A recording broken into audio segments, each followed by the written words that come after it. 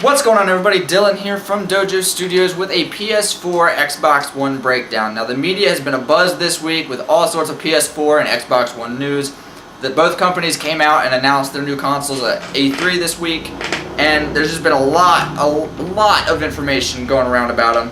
So what we've done here is we've compiled a list of categories based on the hardware in each system, the games that are going to be on the system, some of the games, not all of them, DRM, which was thrown around a lot, how the systems are going to handle DRM, online membership options, as well as connectivity, how they handle with the internet and all that stuff, which kind of falls in line with the online memberships.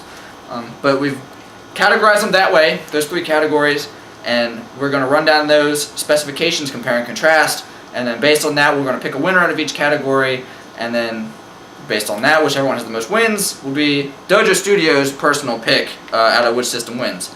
Now, we've tried to do this as objectively as possible, but without further ado, we're going to begin with hardware in the systems. Now, the systems are not that different based on all their hardware.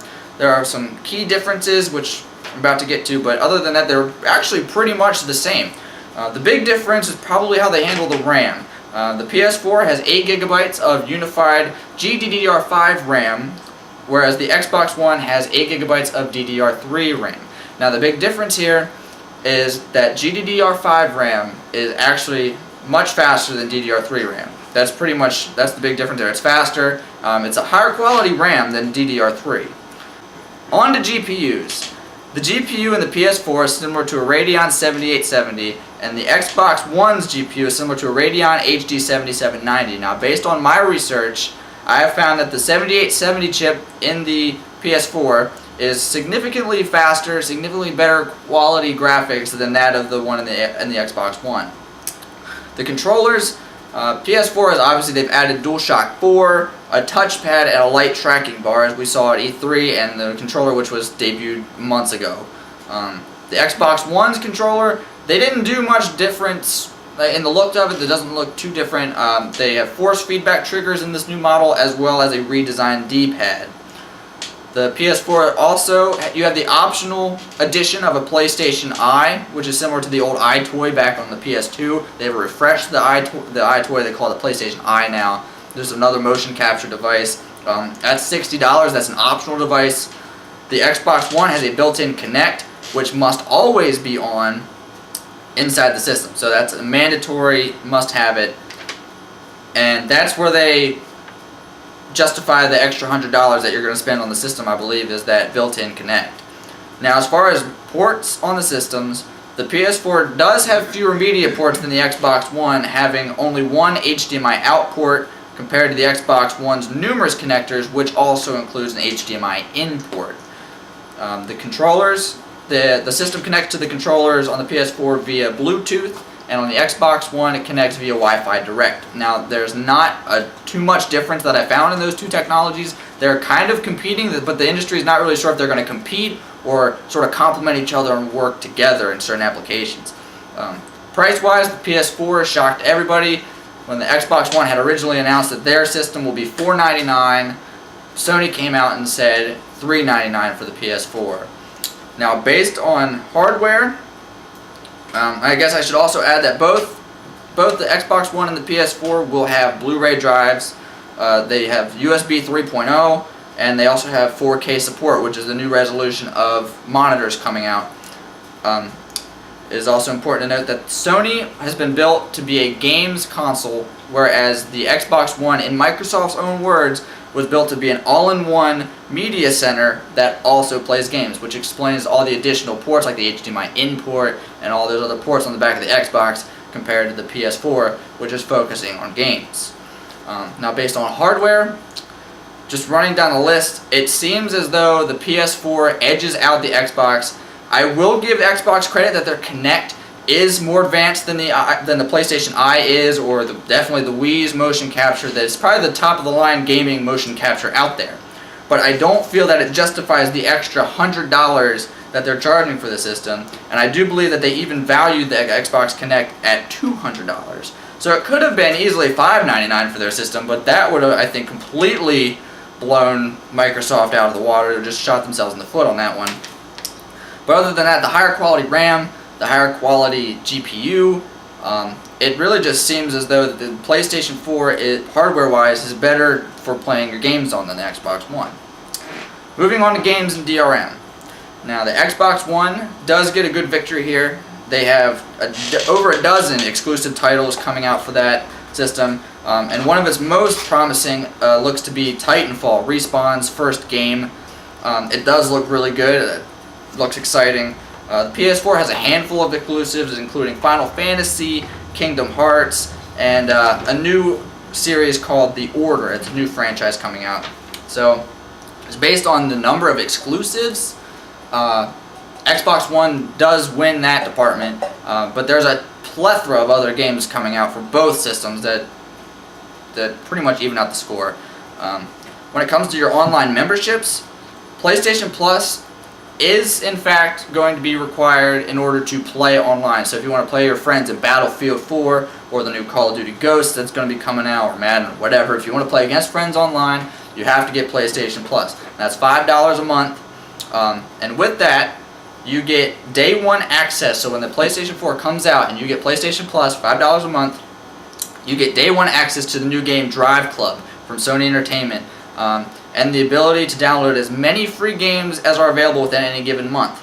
Now, we looked on the PlayStation Plus today for the month of June, and we tallied up the games that they're giving away for free, and if you will remember, in the month of June, your $5 for this month, you would have saved almost $400 in free games. There's Deus Ex, Drake's Uncharted 3, and there's Infamous, one of the Infamous games. XCOM was also on there. Almost $400 in free games for that $5 a month. So honestly, it's kind of like you could look at it and say that PlayStation is like forcing you to have all this fun. They get all this free stuff from them. You could almost look at it like that. Now, Xbox Live Gold is required to play online, and that's $5 a month too, so they're the same price, but the difference is Xbox is only giving users 2 free games a month. So it kind of, in my opinion, it just sort of looks like PlayStation Plus definitely outweighs that of Xbox Live, because while they're both required to play, PlayStation at least makes up for it by giving you, at least for the month of June, almost over $400 in free games, as opposed to Xbox Live, just you get 2 games out of the month and that's it. Now, DRM has been a big issue thrown around a lot in the media when Xbox announced that they would allow DRM, and everybody was like, oh my god, no more used games, GameStop is going bye-bye. That's not exactly the case. Both systems, however, because PlayStation had a big advantage when they were talking about no DRM, but at a slide at E3, it does list on there that DRM is available at the publisher's discretion. So both consoles do allow DRM if the game publisher wants it. That means if Activision or Rockstar want DRM to be placed on their new game so that you can't share it, they're free to do so. One of the differences with the DRM is that Microsoft requires every company, allows every company to use DRM, even the ones that they own. So if the makers of Halo, 343 Studios wants to do it, wants to make a game, they have to use DRM. If Microsoft owns you, you're using DRM. However, if Sony Entertainment, if Naughty Dog wants to make a game, which is owned by Sony, Naughty Dog doesn't have to use DRM if they don't want to. So it's kind of nice there. I'd say that PlayStation, it about evens out just because DRM is allowed in general. And I like used games. I think GameStop's important. Play and Trade, that place is important. Places like that are important. People can't afford to go out and buy a brand new game every time, or they just want to try a game out and they don't like it. They should be able to take it and just give it to a store, get some credit, and get another game they might like. But I'd say PlayStation at least has a semi-margin. I guess you could technically say it, but we'll pretty much just say they're both even there because they allow DRM. So that's a dead tie. But based on games and DRM, I gotta give it to PS3 or PS4. Sorry. While the number of exclusives available for the Xbox One outweigh that of the PS4, you're still going to get tons of good games that are going to be available on all the platforms. And PlayStation Plus just gives you a lot more content for your money than Xbox Live will. Final category, connectivity. It's quite possibly the biggest advantage for Sony that they still have over the Xbox One is that the PS4 will not regularly check online for your game licenses to make sure that your games are in fact licensed to be played on that system. The Xbox One checks online every 24 hours, once every 24 hours, to make sure that you have the licenses for your games, that you're not like using games that you shouldn't, or that you make sure the DRM's not throwing up any red flags, things like that.